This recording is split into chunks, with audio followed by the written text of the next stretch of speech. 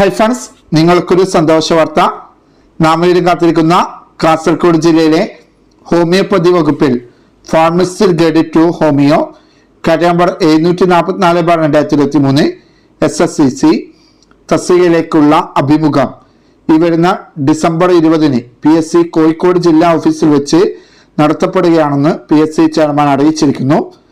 കണ്ണൂർ ജില്ലാ ഹോമിയോപ്പതി വകുപ്പിൽ pharmacist grade 2 homeo കാര്യം നമ്പർ 492/2023 SCCC തസ്തികയിലേക്കുള്ള ഇന്റർവ്യൂ.